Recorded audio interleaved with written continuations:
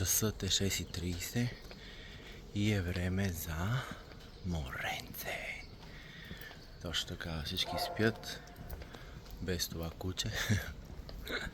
Закъснявам, трябва да забирам 2 жени, писах в споделеното пътуване, така че нямам много време да снимам, но плана е да обиколя няколко места на нашото Черноморие и да ви показвам хубавите места оттам. Хайде! Ще пътувам до Слънчев бряг, Свети Влас, после Созопол, Бургас и Синеморец, като нямам търпение да ви покажа плажа близко до Синеморец. Бях си го запазил за тази година да го посетя, защото е много красив. Според мен не съм го виждал още. Елате с мен. Хора! Ох, пак някакви премежи имам аз тук, както винаги. Но пък съм в стаичката и вижте каква садомазо люлка си имам тук. Та много яка виличка. Първо трябваше да съм на друго място, ама няма да ви разказвам какво се случи. Ето и моренцето там долу. Топ!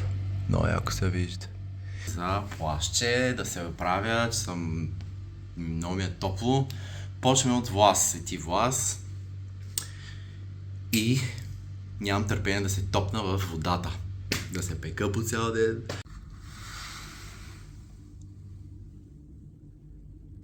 Хорца! Аз съвсем тотално забравих, че снимам влог. Вчера, откакто съм се настанил, директно на плажа цял ден и батериите ми паднаха. Но сега, ден втори, тук съм, вижте, на една много хубава пътечка, която красиви гледки. Над Влас се намира, Свети Влас. И много обичам всяка година да идвам тук е така сутрешно с кафенцето. Много е жега, но пък си заслужава. После ще видите кадри от малко по-високо и с гледка към Влас и морето. Програмата за днес плажче, след това тук на Влас мисля да посетя. Плаж ще направя тук и утре към Бургас. Созопол, Бургас. Ето е гледката. Пак забравих да снимам. Качих се, пих кафенце и всичко отиде. Време е обаче за плаж. Вижте, познаете къде съм. Марина Диневи. Така ми се яде една пица, където съм хапвал тук на едно ресторанче. Той е към плажа, ама сега трябва да го намеря. Ето, поне да ви покажа тук пристанището и заведенията, дискотечките. Тук бяхме преди 2 години в един турски ресторант, не знам дали още съществува.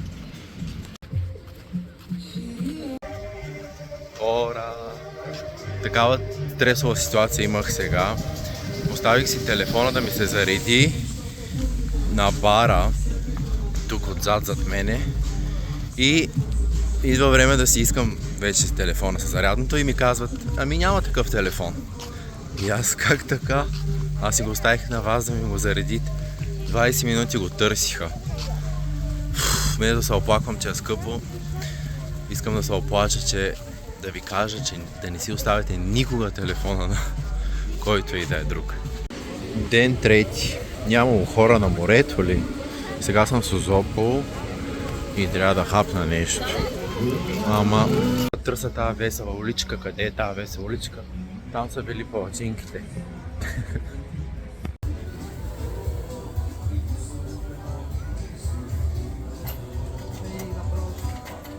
Добро утро, хора! Ден четвърти, време е за плаж. Първо до Созопол пак. До Дюни има много готин плаж. След това към Синеморец, за този плаж, за който съм дошъл. Липите. Надявам се времето да е хубаво. Нещо пак се опитва да се заоблачи. Ще си го поръчам. да ми е готино и хубаво времето. Така че елате с мен да ви показвам красивите плажове на България. Ако не забравя да ги снимам. Хора, първа спирка, шофьорски плаж. Знаете ли защо му казват така? Тук всички паркират колите си. И една дълга ивица. Небето какво е хубаво. Но сега ще ви покажа след малко уникален плаж, който открих миналата година. Не знам как се води. Аз съм близо до дюните, но дюните е зад мен.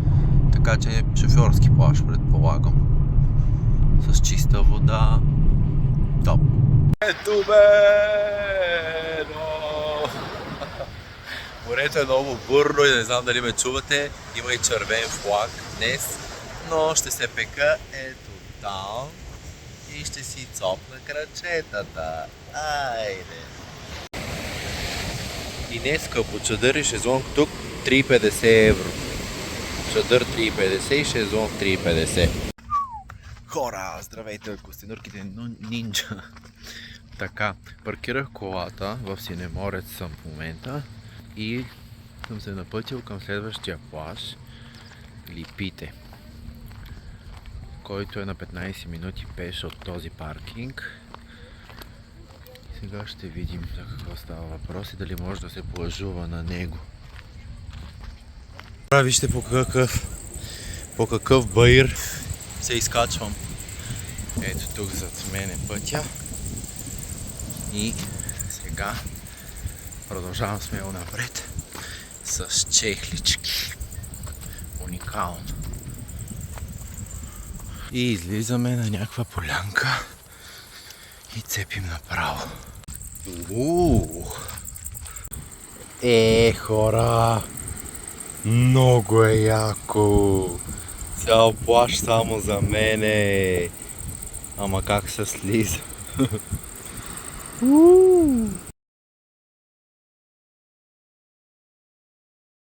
Сладурчета, време е да се яде. Седнал съм в едно бистро в Синеморец и газ към Бургас да се оправям, да почивам и до вечера да се разходим по центъра. Хора! Живота в Бургас кипи. Излязох малко навън да се поразходя и мисля, че тук е перфектният завършек да ви пожелая весели празници. Не, да завършим влога с още една красива гледка. Ето тук от Бургас. Надявам се да ви е било интересно. Малко разпокъсано този път, но пък важното е да се забавляваме, да пътуваме, да изследваме и да живеем. Ако видеото ви е харесало, знаете какво да правите. Тън-тън!